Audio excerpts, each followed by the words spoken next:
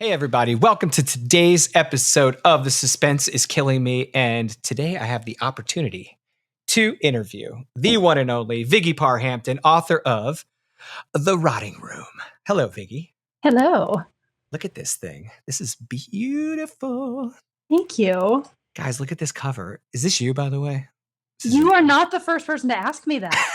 I don't know what. It's not me. I wish it was. That would have been way cooler, but no, not me.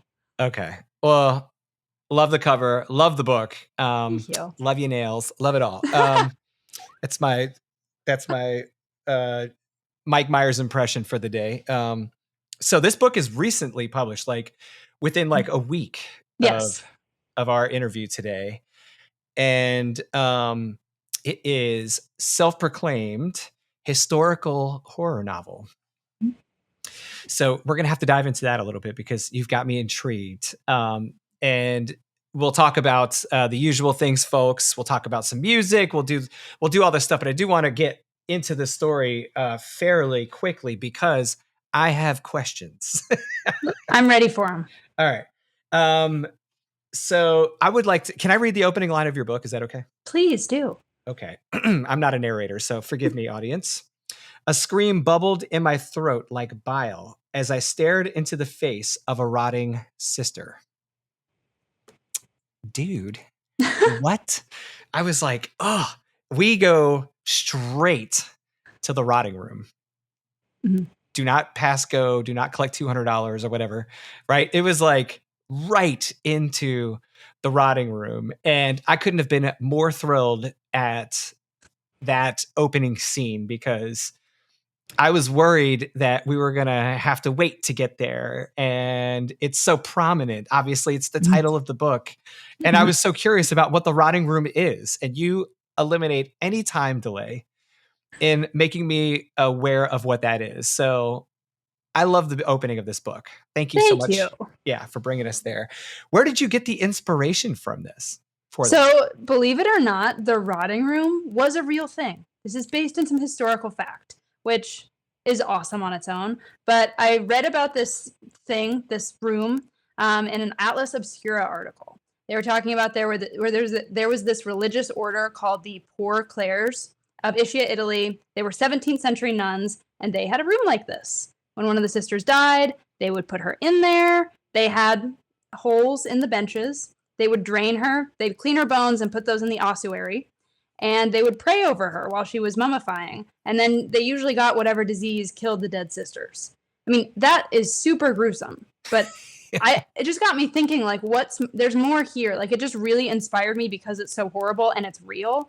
And I wanted to think, well, what would be going through their minds while they were doing that? What else could be going on? What were they doing with all the stuff they collected? But I really like body horror, so obviously that's where I went with that.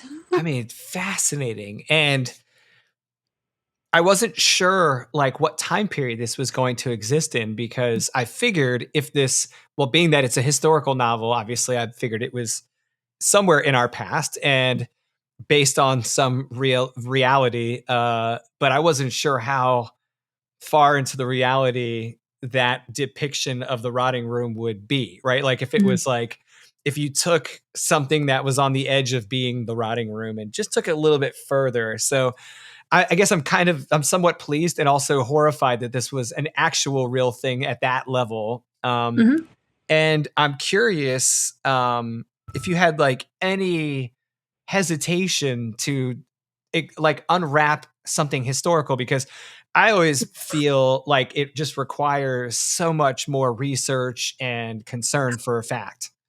Yes, I definitely had some concern about it because I set this kind of in the 18th century. I didn't name an exact year, and I did that very much on purpose because I wanted to see if it could feel historical in many different types of centuries and in different ways.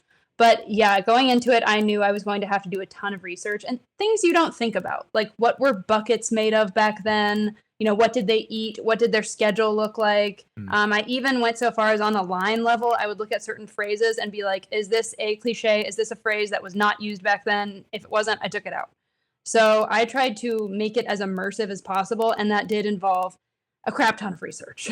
Yeah, I mean, you do get into like, but I want to make a point of saying this so we don't scare any readers off that feel like that would slow down the book. It does not slow down at all. So like sometimes I feel like readers might expect that like a really detailed scene description would be too much because some of us have some trauma from that in our past reading lives, right? It's like I always famously use the Anne Rice example where I absolutely adore Anne Rice's stories, but I can't keep up with 600 generations of family members, names, relationships, all the No. things.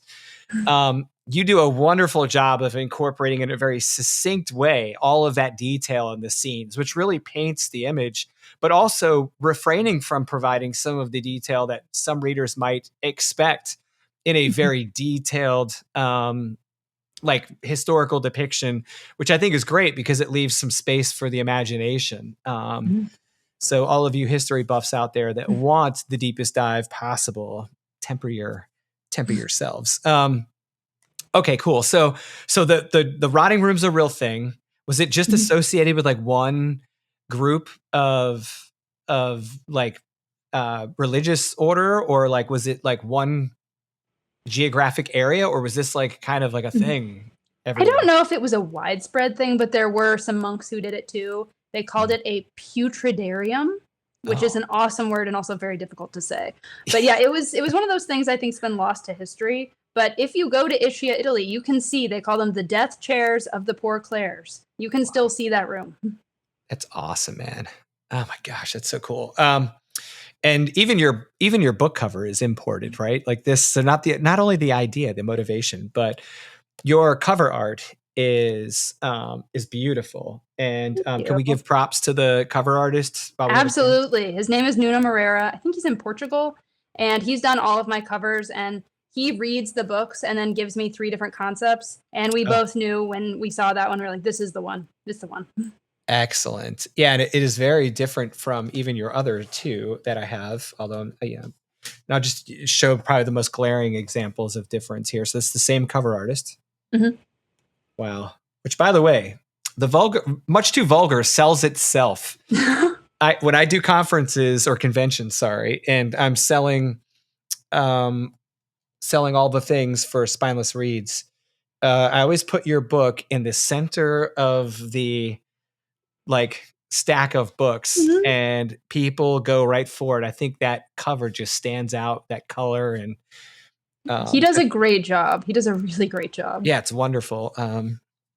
And so you get this idea from this crazy historical like historical religious practice. Mhm. And did you like, were you out to write a religious horror book, or, and I don't even know if that's the right term. Is that the right term? I Like, think so. I've been saying okay. religious horror. But Okay. no, I wasn't. I mean, I love getting the Atlas Obscura emails every day because they're always just telling you about weird little snippets of forgotten history. Hmm. And I really like having some sort of germ of truth in my books, whether it's a personal experience or something like this that has a real history. And I definitely didn't set out to write religious horror, but once I read about this real room, my brain just started going, and I thought, this is going to be the next book. We have to do it. This is happening. I mean, I immediately I was like, I wonder if she has a Catholic background because Nope.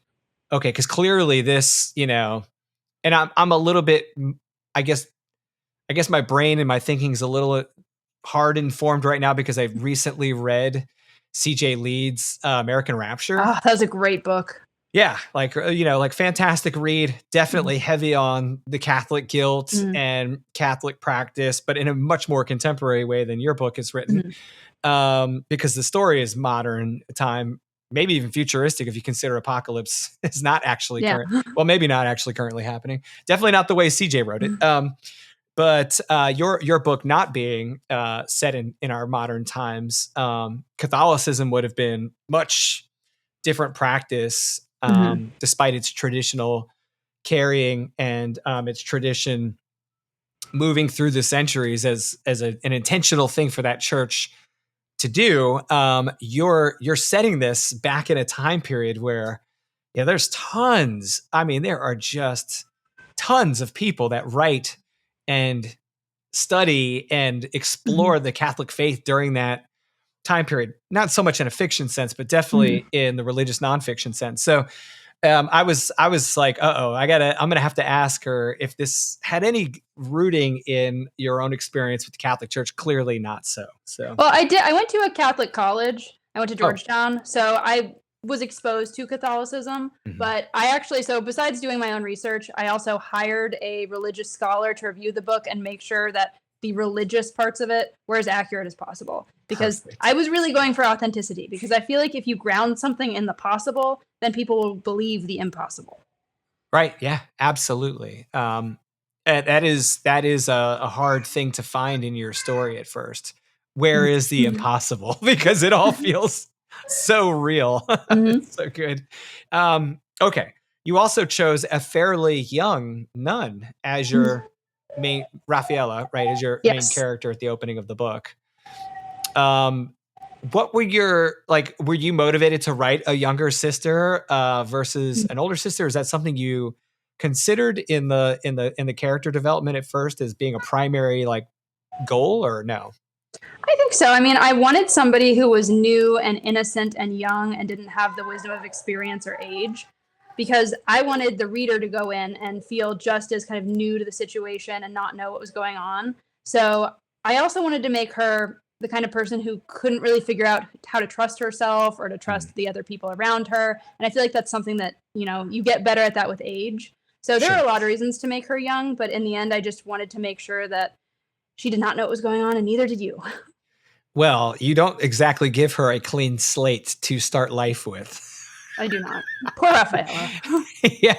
So I'm not one of those readers that's like, why are you picking on this poor girl by making her this way? But I've had people tell me that before because most of my books have almost all of my main characters in the Whispering House series are women in this one family line. And Burn the Girls, I remember afterward, Christine Harold was like, these poor girls, like I wanted to reach through the book and be like, leave them alone. And I'm like, we can't. That's the point, right? She comes into this order, this religious, I guess you could say. I don't. Can I? Do I call it a sisterhood? I mean, what do we? How do The we? Sisters of Divine Innocence. Right. It's like they. But she comes from um, like a really bad place to get there. She does. She comes from a very bad previous convent that I don't want to give too many spoilers away, but Right. bad things happened there. And preceding her time there, she has very similar experiences at home. A rather traumatic childhood and a terrible relationship with her mother. Yeah. So I'm like, Viggy, like, is just rolling up the sleeves on this girl and giving her this uphill climb that almost, it's kind of funny because at first I was like, how does someone that has been through all of that deal with this? Right. Like now she's here in this place trying to figure out these things. And despite all of that violence and craziness in her past, which shall remain detailless for the sake of non spoiling, she still has this level of purity and this lens through which she sees both religion and her world around her that, like you said, seemed somewhat innocent and pure, but almost in like she's striving to just hold on to that vision of the world, like it's frail, but it's so strong. Like her faith is so strong that she hasn't let go of that. It's almost like maybe she's survived, you know, because of her faith. And it's putting her in a position where she can still prioritize that as something to rely on. Because there's a lot of people that if they had had the life she had and then the first experience she had had with the faith, she would not have remained so devout, I think. Yeah. Another reason to make her young because, young people a little bit more resilient can get over it ideally. So, yeah, she's had a very rough life, but she's a true believer and that's the one thing she clings to because, she doesn't have the best family situation, so when you've got nothing else to cling to, that's what she goes for. Right. And then you introduce more young characters, one of which is a brother in the young priest. Mhm.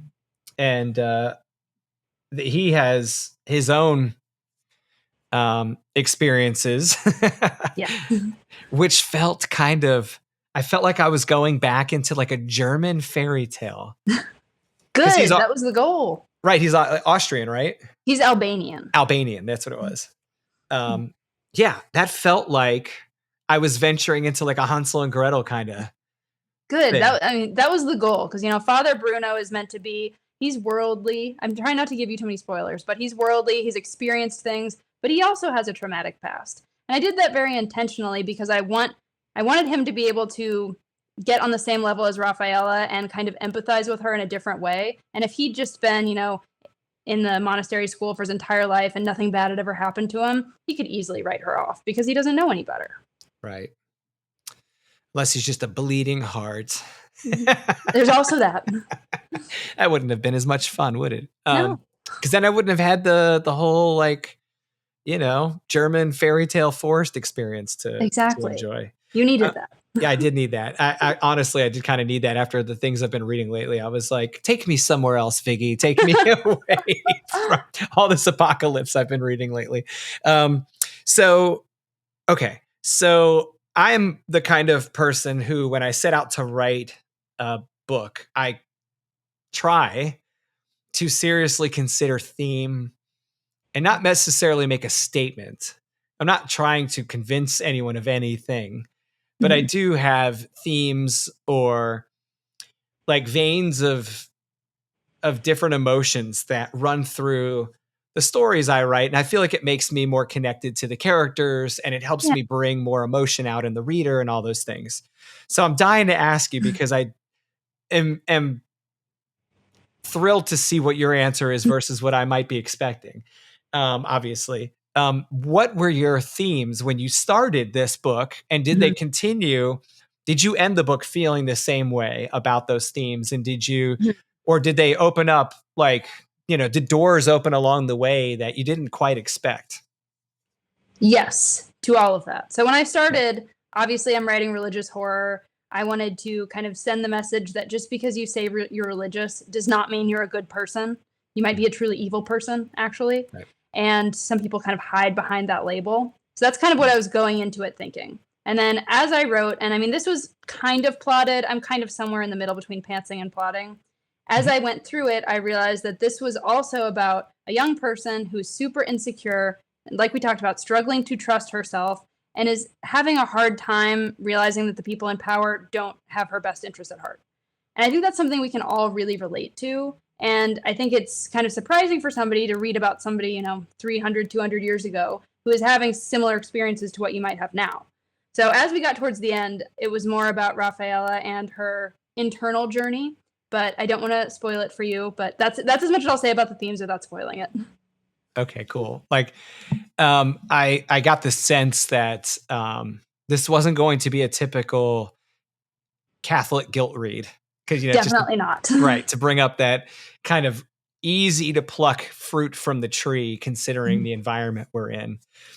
And I could tell that you weren't going to chase that vein of thought to be your primary theme as I unpacked the first quarter of the book, because it would have been so easy to leverage that in the thoughts and feelings of our young main character as she embarks in this brand new little wonderful world of rotting rooms that she is you actually tapped into a cool memory for me too, in a part of the book where, and it's going to be so inconsequential to almost every other reader, so I'm going to sound like I'm a lunatic saying this probably, but I don't care.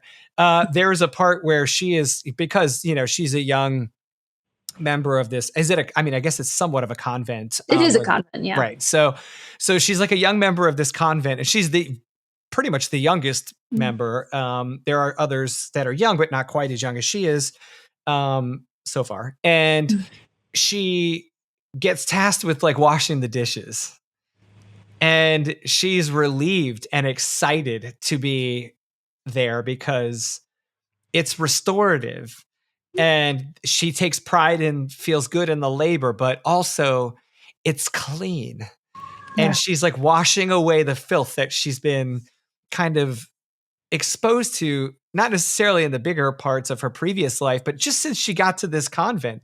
And for just a moment, she gets this reprieve from the smell that permeates this entire place because of the rotting rooms, Mhm. right? And so I was like, man, that really hits home, because when I was close to her age, I used to love washing dishes at the restaurant where I worked rather than wait tables or cook on the line, because Mhm. I could just get away and be alone. And I so I love washing dishes for that same reason, so I get it. yeah, I was like, I know exactly what it's like to be said, go do this. And you're like, thank you. And almost anyone else would be like, are you crazy? We can't get anyone to wash dishes. And I'm like, I will do it, Mhm. because it feels like a safer place to be. And Mhm. she has a much better reason to feel that way than I ever did. But Mhm. um, I loved that. I was like, oh yeah, I know exactly how that feels. Okay. So, um, so what would you say besides this? Like, if I walked away from this story with a million things in my head, what's kind of like the one thread you hope I pull? The one I like carry with me from Viggy Par Hampton, Mhm. tied around my little bruised heart after reading this, and go off into the future, a huge Viggy Par Hampton fan. Like, what is the one thread of this book that you hope I carry with me? It's gonna sound very bleak, but bear with me. I'm The cool. idea that no one will save you, and sometimes you can't even save yourself. There you go. That sounds awful, but I don't know. Fun story about this book. So I used to have an agent. I used to be traditionally represented. Mhm. And when I brought my agent this book, they liked it, but they said this is too bleak. Can't send it out to publishers. People will not want to read it. And this was 2021, 2022, something like that. So maybe times were different. I don't know. But that was actually one of the things that made me part ways with that agent. Mm. And I believed in this book. And obviously, a lot of people like it now too. But yeah, that was something that came up quite a lot. It's too bleak. People don't want that. And I'm thinking, I want that. If I want to read it, maybe somebody else does. I wanted to write it, so Yeah. you know, that's fascinating. And I do understand the perspective of like marketability and all Yeah. those things as a co-founder of a press. I get it. But at the same time, I don't think you're going to have any problems with this book making the impact you want it to. Just because the story is so well crafted and it's so so I'm gonna. I told you I wasn't gonna gloat too much before, but I am gonna gloat probably a little bit more than I had planned to about your writing, because I feel like every once in a while, as a reader, you come across a voice that really resonates with your style of like what you want to find in a book. Mhm. Now, I may not look the part, but I am a helpless goth kid, right? Like deep down inside, my little heart like just pitter patters for everything. Like, I guess you could say emotionally and dramatically gothic. Like, I just Right. absolutely adore, right, good gothic writing. And I don't care how much I'm submerged in it and how long it's really taken, because if it's written the way I want it to be written, I'm happy to Mhm. marinate in that language. And you move your story along very well. Your pacing is excellent. I didn't Thank feel you. like it was stalling whatsoever, which is something that can happen when you're focusing on detail and writing with a, I don't want to say colorful voice or tone, but I wrote a couple of like really brief notes here about what I felt about your voice. And if I have a moment just to bring it up, because I'm crazy and I didn't have this ready. Um, I liked a few things about your voice in here, and they just kind of like hit me all at once. You're intentional in what you're saying every single sentence. I didn't feel like you had wasted words.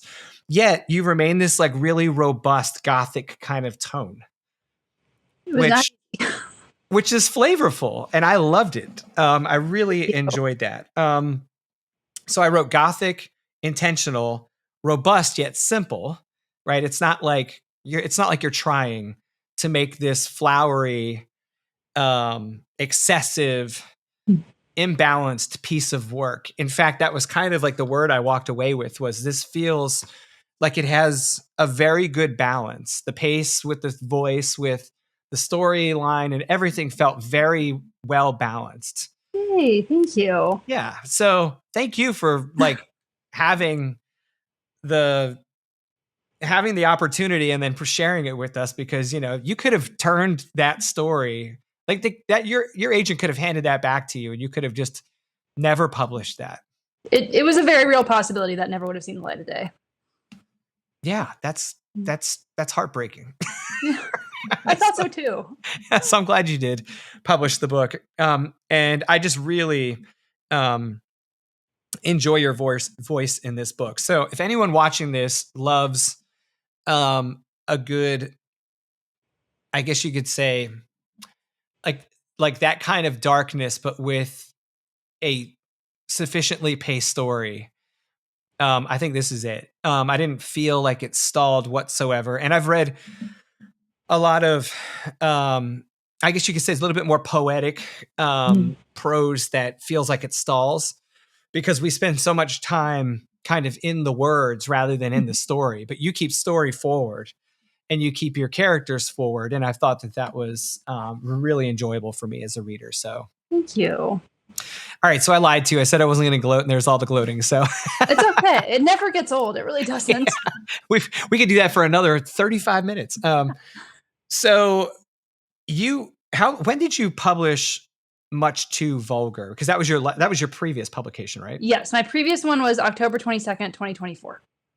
So there's a pretty tight release here for a book of this volume that's been to an agent and back. So did you write it like in close proximity to Much Too Vulgar, or? No, actually. So I wrote A Cold Night for Alligators. It's my first book. I wrote that in 2019. Okay. I wrote The Rotting Room in 2020 maybe. And then I wrote Much Too Vulgar in 2021. And then I went through this whole process with my agent, going back and forth, me finally deciding I'm going to do this myself because I want them out there. And so I started publishing last year. And since these were all ready to go, I have no patience really. So I want to get these out. I want to get them out now. That's why they're so close together. It's not that I write that fast. Oh, you're not going to get any finger pointing from me on that. I was putting out a book every 4 to 6 months because I was writing 2 different series, one co-authoring and then one solo. So I'm a big fan of it. Like for me, like I want a book from you every quarter. It's like right on. Selfishly, but I know that's not going to happen. It's not very realistic and it's not necessarily something you'd probably want to be doing, but I would love to be doing that. I just have to wait till both of my kids are in school. Right. There is that. I didn't yeah, that is a difficult time because you have pretty young kids. 3.5 and 1.5. Yeah. What an awesome time though. I know you hear parents say this all the time. I would go back to that in a heartbeat. They are very sweet. I love the time, but sometimes I'm just like, you need to nap so that I can write. Go to sleep. I've got to write about the Rotting Room. Exactly. So you wrote the Rotting Room like close to COVID, like during the pandemic. Yeah, I did. Yeah. Was there any inspiration consciously or, Not really. I mean, I'm an epidemiologist. That's what I was trained to do. So I feel like a lot of my books kind of play with ideas of body horror and disease and infection, just because that's what scares me. So I think COVID was one of those things where I was obviously terrified by it. It scared me. And I think if that generated this fear in everybody else, whereas I've always been afraid of this stuff, but now everybody else is afraid of it too, works really well for me. So you chose a field that you're constantly dealing with things you're in fear of. Know your enemy. That was my idea. I was like, if I can study this and understand it, maybe I won't be as afraid. Kind of worked. Kind of, yeah. I'm an engineer, so it fascinates me when I hear people say that, because usually you don't find people that are like electricians that fear the electricity. It's like that is true. I'm not touching any of the diseases, right? It's mostly just a lot of math and observing from far away. Right. Safe distance. Yes. But you have a very keen awareness of what it's capable of. Totally. Excellent. So when did you start writing? Was this something you have done forever, or are you one of those cases where you started to explore this art when you were a little closer to your publication? Well, I started in 2019. I've been wanting to write for a long time at that point, but between work and school, it just hadn't happened. And then in 2019, I was stuck in a job that I hated, corporate kind of job in a health insurance company. And when I had downtime, I would write. I would write and send it in emails to myself. I'd write on my lunch break. I'd write before I went to work in the morning. And I loved it so much. So I completed my first novel, got my agent, and then just never really stopped writing. And now I can't imagine doing anything else, quite honestly. Right. Except for, of course, doing all the fun writer things like you have a podcast. Yes, I have a podcast called Horror, Humor, Hunger about all things horror. And then at the end of each season, we have a recipe inspired by a short story or novel of mine, which is very fun. Do you come up with the recipe? Usually, yes. Sometimes I get my mom to help because she's very, very good at that. She owns a bakeware company. So she'll help me sometimes, but other times I just think, what would go well with this book?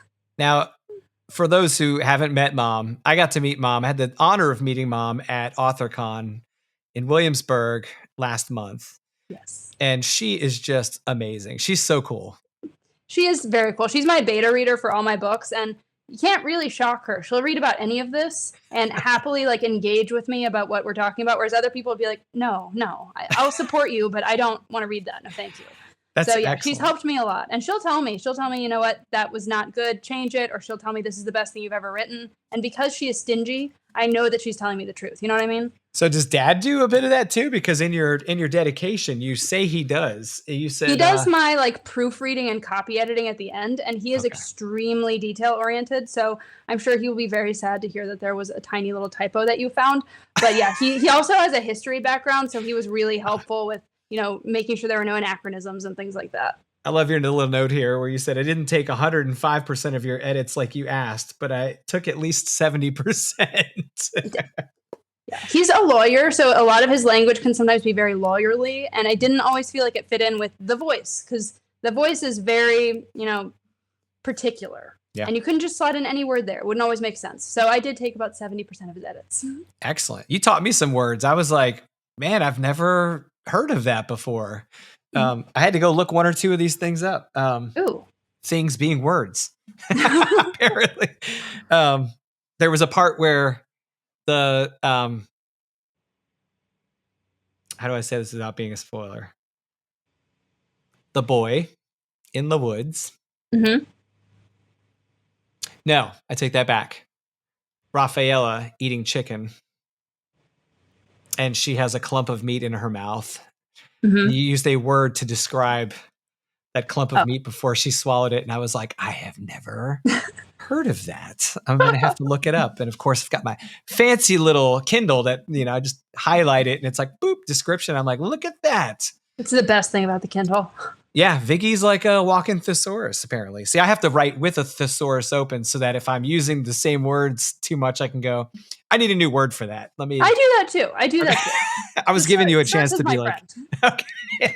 So, let's give you an opportunity to be like, oh no, I know all the words. This is going to be great.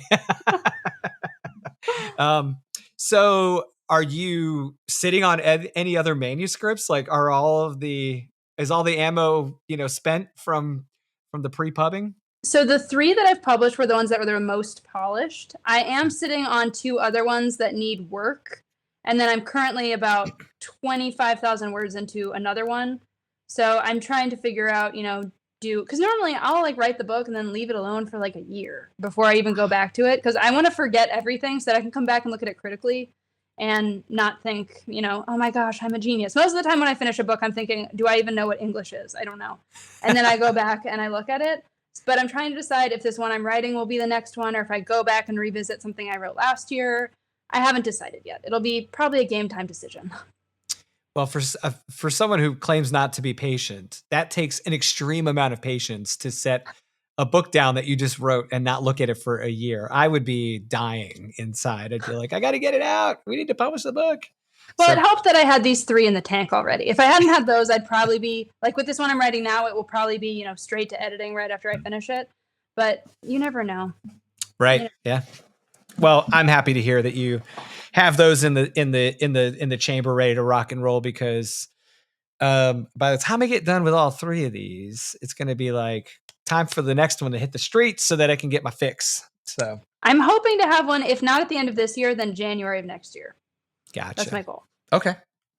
No promises, everyone, but we're all going to hold our feet to the fire. So A Cold Night for Alligators. You didn't write that one before you wrote the other. I did. That was the first book I wrote. That's the first one you wrote as well and published. Yes. Okay. So Much Too Vulgar was written after The Rotting Room, but Yes. published before Yes. The Rotting Room. So do you feel like Much Too Vulgar, like is there a noted difference in your writing style or your feeling about yourself as a writer from one book to the other? And how did that impact like your thoughts on when you released each of these books? Like, did you go back to The Rotting Room and say, okay, I've changed or whatever as a writer, so I've got to make a pretty concerted pass on this? Or I think Alligators, it's different because I have multiple perspectives. It's written in the third person. It's just different. Whereas I find myself now gravitating more towards first person narratives, usually present tense, obviously not with The Rotting Room, that's past tense. But I find that that's where I'm more comfortable. And also I have a lot more female protagonists now. That's not always the case, but that's kind of where I've been gravitating. So I think my first book was more of an experiment. Like I still love that book. But I feel like after that, like Much Too Vulgar especially, that is what my voice sounds like. It's like all the mean, nasty little thoughts that I have in my head, but would never act on because I promise I'm a nice person. But I feel like that one was very therapeutic for me to write. Whereas Rotting Room, it's my voice, but obviously it's different because it's gothic, it's historical. It goes along with kind of that time period and those tropes. So I would say that you can see my evolution. I know that Much Too Vulgar came before The Rotting Room, but they're so different. I think if you read them both, you can tell that I wrote them, but they are extremely different. All of my books are extremely different from each other. See, I feel like I can only change so much of my fingerprint, right? Like your voice is your voice, but there's this marked change in maturity from book to book for authors that are writing at a certain period in their career as writers. And the only reason I can say that with any confidence is because I haven't been publishing for 20, 30 years. And I might look back at what I'm saying right now and go, oh no, it never stopped, right? Like it just constantly, there's this constant maturation of your voice as a writer. But I do feel like there's a marked difference between certain works, at least through the eyes of the writer, that sometimes the readers pick up on if they're really sensitive to that. And then others just kind of go through them. Like you could probably read like 40, 30 years of Stephen King and, go ahead. And if you've been doing it the whole time, you could probably pick out what times they were written in, of course, because we grew up with them. But it'd be interesting to see if someone 20 years from now can do that accurately. If you took like, Gerald's Game and Holly and put them side by side, they look nothing alike. That's true. As far as the writing style or anything. So very cool, Miss Viggy. Okay, so now we got to get to the part where we ask about the music behind the story. So do you write with music? If you do, like, what's that like for you? Can you tell us a little bit about that?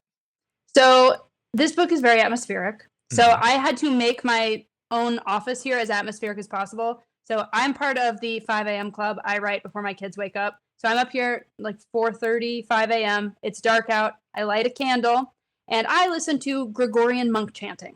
Yes. It was creepy, but like in a beautiful way. And it just had the exact right atmosphere I was going for. And as it was playing in my head, I was thinking, okay, what words can I put to this? That really helped me find the voice. And also it was fun.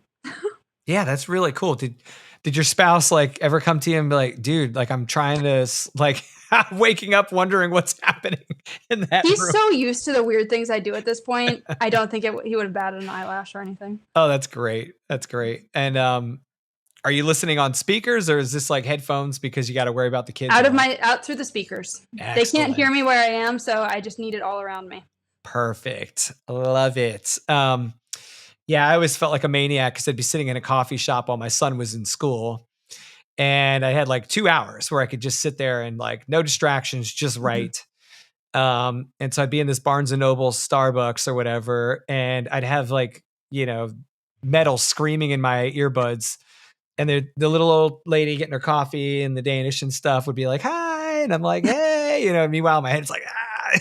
It's like, so I always had to worry about like, oh my God, if my Bluetooth turns off on accident, I'm going to wake everyone in here up kind of thing. See, I couldn't listen to something with words. That would be way too distracting. So the monk chanting, I mean, I think it's in Latin and it's, Very so melodic, yeah. yeah, you can't really tell. Or sometimes if I'm writing, not with the writing room, but with other books, I will listen to ASMR. Do you know what that is? Yes. What kind of ASMR are you listening to?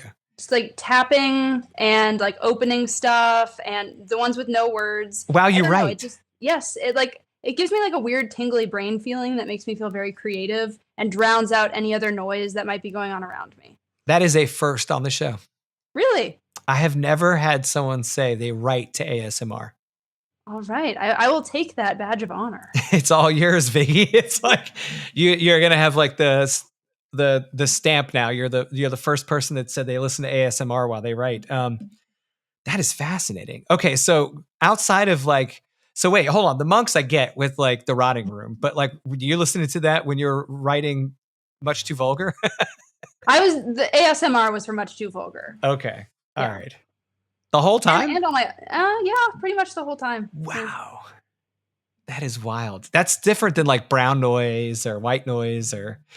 Yeah, I experimented with it. I found when I first started writing more seriously, like I just got really into the ASMR videos. My husband first showed me because he was like, "Why would anybody watch a video of somebody eating a pickle?" And I was like, and then so we looked it up, and I was like, "That is a very satisfying sound." Like the crunching and then like the tapping and the crinkles. I don't know what it is, but it just helps me focus. It says to my brain, it's time to focus. It's time to write. So Wow. maybe it's a force of habit now at this point. Fascinating. We're gonna have to revisit this in a year and see if that still sticks. That is fascinating. That is the first time on the show. It's all yours, Viggy. You got the badge. Anyone who comes behind me and says that they're in AMSR, I'm gonna like, hey, look. You heard it here first. You're getting in line, buddy. Viggy's got the lead on this one. Okay, so I'm assuming you didn't grow up listening to ASMR or Gregorian monk chanting. So was there like, what type of music do you listen to or influences your creativity outside of those types of motivators? I listen to a lot of different kinds. I love classic rock. Led Zeppelin is my favorite. But I also really like, I guess I would call it rockabilly music. Oh. Spotify called it Southern Wild West Banjo Gothic, which is the best thing I've ever heard. So I don't really know how to describe it. It has a lot of feeling. There's a lot of banjos. I don't know. It feels like poetry when I'm listening to it. So yeah. Are you a fan of Robert Plant and Alison Krauss's collaborations? Okay, I actually saw them once live, and it was the best thing ever. Yeah, because we saw them on their, I guess, a year or two ago. It was one of their last tours that they've done, but definitely not like the current tour. And they had a rockabilly guitar player in the band who was in the opening act. He was like the opening act lead, and then he stays on stage to play guitar for them. And there's probably people at home listening to this screaming the guy's name right now. But that was really cool because I've never really been to a show that had that theme to it. And what a cool night. It always reminds me of when I go out west to New Mexico to visit family. And it's just this other world of existence. And that feels like it fits there. I think so too. Yeah. Awesome. I would not have pegged that. Cool. Okay, so we've got the rotting room, and it's on the streets, and everyone can buy it everywhere books are sold, and all the things. Same with Much Too Vulgar and A Cold Night for Alligators. And by the time this airs, we'll either be we'll already be done with horror on the Rappahannock, which is one of the Horror Reader Weekend events for those that follow Christine Harold. I've been blessed and fortunate to be a part of both of the first two. The previous one, the first one in the Hudson Valley in New York on Bear Mountain Lake, which was awesome. And then this one here in Fredericksburg, and then she's going to have another one in November in New York again. So outside of that, which sweet plug for Christine, you guys follow her and check out Horror Reader Weekend if you can, because she is just the best and she's so good and everyone just loves to collaborate with her. And she's an amazing human. So, but outside of that, are you going to be doing any promotions soon? Are you Yes. conventions or? I will be at Books and Brews outside of Indianapolis, August 2nd through the 5th. I Oh. am very, very excited for that Is one. that the Books of Horror sponsored one? Yes, it is. Oh, look at you. I'm so excited. That should be a good time. I've never been to one of those, but I've never seen anyone complain about them. So Yeah, everybody says it's going to be awesome and amazing. And I was kind of like a later addition to the author roster, so I didn't think I was going to make it. But then they told me, yes, I'm in. And I jumped up and down. I was so excited. awesome. Yeah, that is really cool. And is that the only thing you've got scheduled? Right now, I plan on going to AuthorCon, Scares That Care AuthorCon again next year, Mhm. and possibly others TBD. Gotcha. If you get a chance to come hang out at StokerCon one year, it is a good time. Although Stamford, Connecticut is it's going to be interesting to see how that goes just because of the location. Mm-hmm. So it's right outside of the city, and I have to just get up there and act like none of my family are right down the road. It's like, or I'm going to get pulled to the city for pizza, and there's no saying no to that. And why would you want to, really? Yeah, who wants to say no to that? So are you in the midst? I mean, you just released this book. You're currently writing. Yes.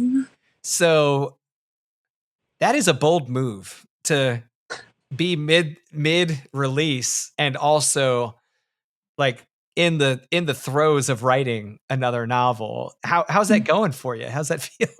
It's actually going really well. I don't know if this happens to you, but sometimes like I'll have an idea for a book, it's marinating for a while, and then all of a sudden it's like, it's time. It's kind Yeah. of like going into labor. That's kind of the same thing. Whereas like it's time, don't stop it, just go. And that's how it felt with this one. It was just ready for me to get started, and I couldn't say no to that.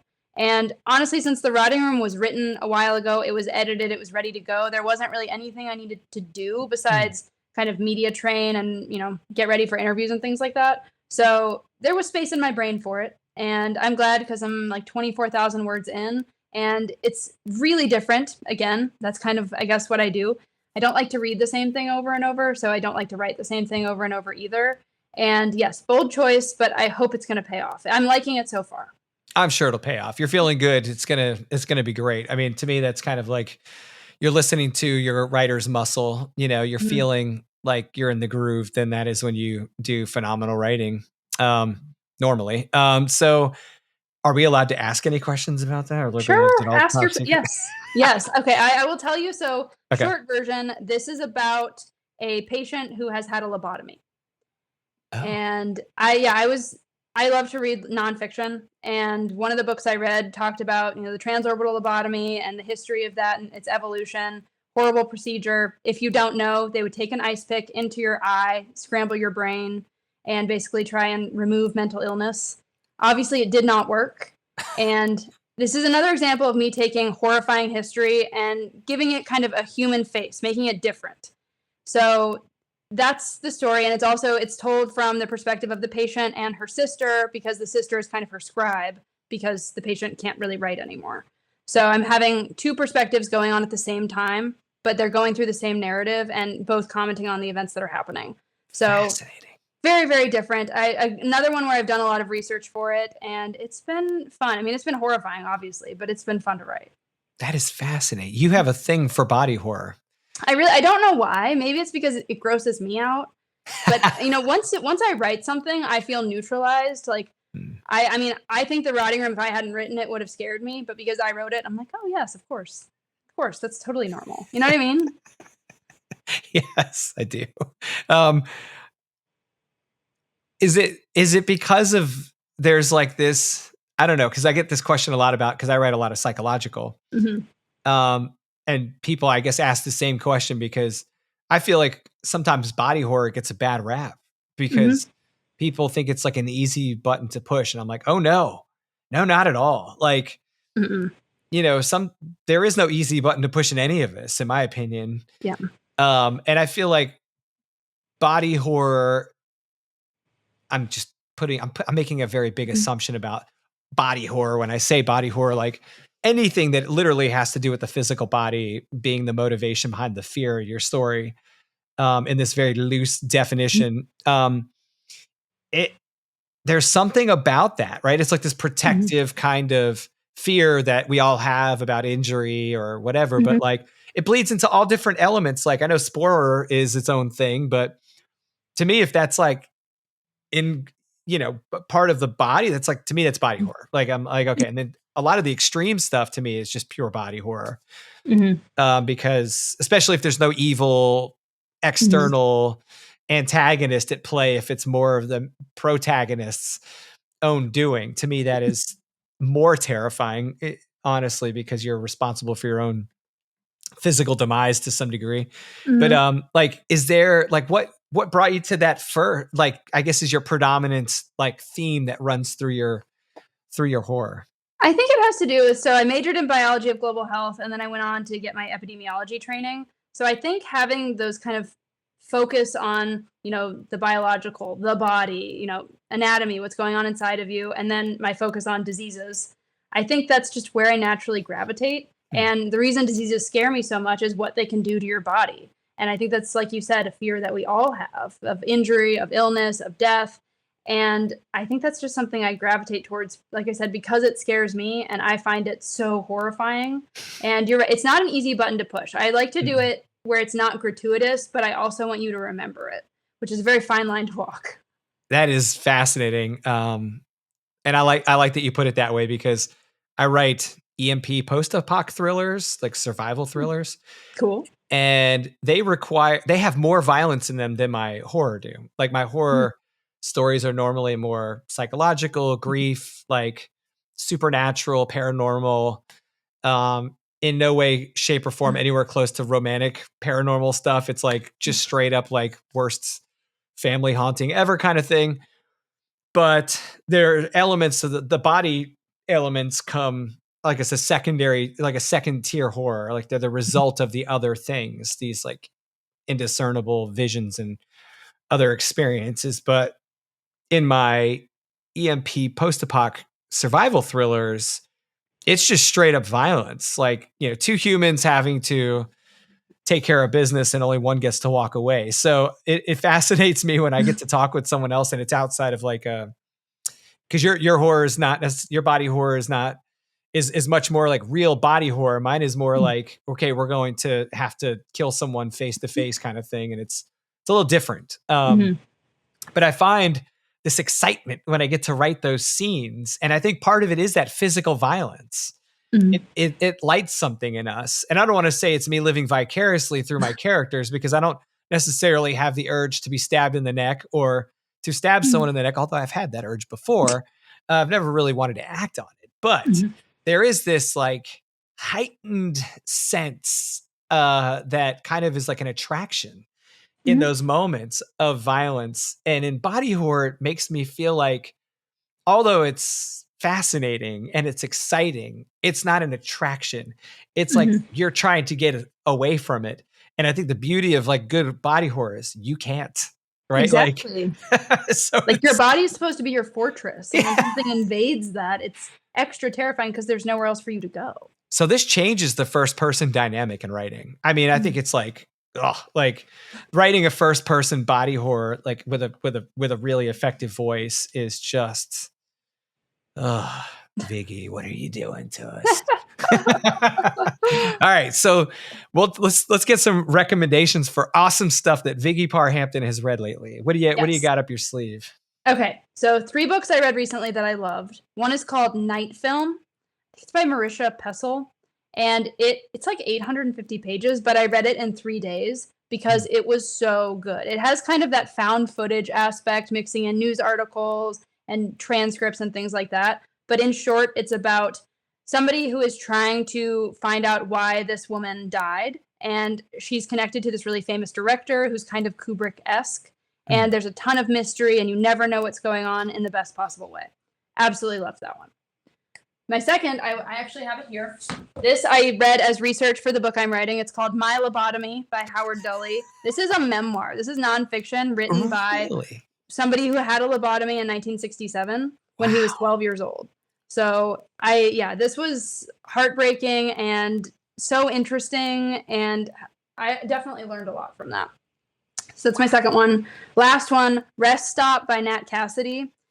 First of all, I loved the cover. Love, love, love the cover. Yes, that's it. It's awesome. And That had some body horror in it too, which I really enjoyed, and some creepy crawly horror, which you don't see enough of in my opinion. And I just thought that was really interesting and different and a really fun read. And it was short too, so I think I read it in like a day.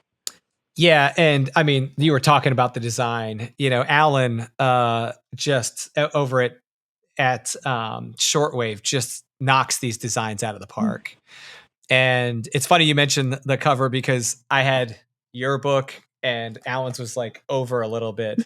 And those two kept getting the pickups because, you know, Alan, you know, Nat's book is just, how do you not pick this book up? You know, it's like right? so good. But I did have some people that were like, oh, like, you know, it's almost like if they touch the cover of Rest Stop, they're going to get blood on their fingers. You know, like I'm like, it's safe. You can pick it up. That's a good cover. Yeah, it is a really good cover. And I like the choice of font. It feels classic. Mm-hmm.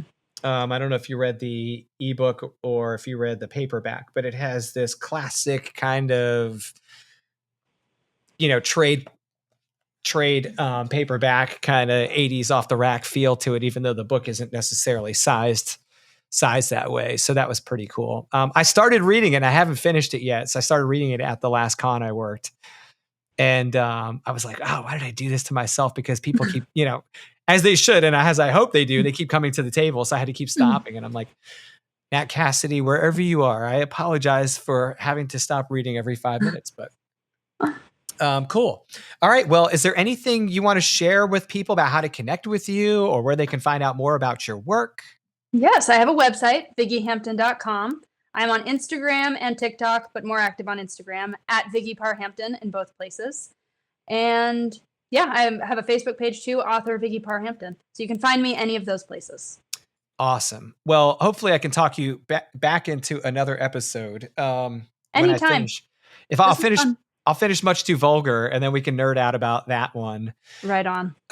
Because I have extreme cases of FOMO after talking to you about the book in this episode, and also after selling so many of them to other people. I'm like, here, have a book I want to read. Here, have a book I want to read. Here, have another book I want to read. I'm like, I will happily talk to you about that one. Okay. Anytime. Good deal. All right. Well, we'll have to make that happen in the near future. So, Viggy, thank you so much for taking the time to meet with me and share all your awesome stories and unpack The Rotting Room, which is just fantastic. Everybody go out and get a copy. I'd be crazy if I didn't note that we have them in paperback and in ebook format on Spineless Reads. Is not available in hardcover right now, right?